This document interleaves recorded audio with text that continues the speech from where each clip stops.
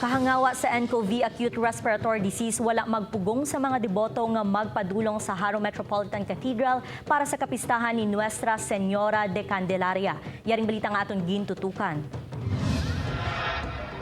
Nanging tradisyon na ang pagbendisyon sa mga kandila o kunperdon dungan sa kapistahan ni Nuestra Señora de Candelaria sa distrito sang Haro. Sa pagpati nga ang nabinditahan nga kandila ang magahatag sang bugay halin sa mahal nga berhen kag magamit man sa tion sa mga pagtilaw o kun kalamidad.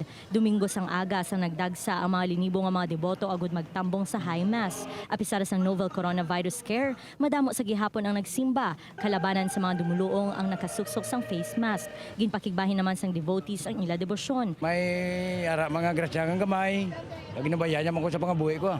Kada tuig kakuan ko gidi, gagadtogid ko di ka simbagid ko di. Bisan ano katamo katao ga duaw gid ko siya.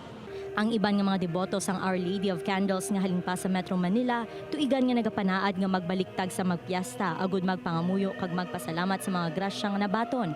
Ang miraculous image ni Nuestra Señora de la Candelaria nga kilala hindi lang bilang patrona sang Haro, kundi sang bugos nga Western Visayas, ang nagaisahanon nga Marian image sa pungsod nga ginkoronahan ni Saint John Paul II sang nagpadulong ini sa pungsod sang 1981 sang siya ang Santo Papa. Upod kay Romel Porquia, Zen Kilantang, One Western Visayas.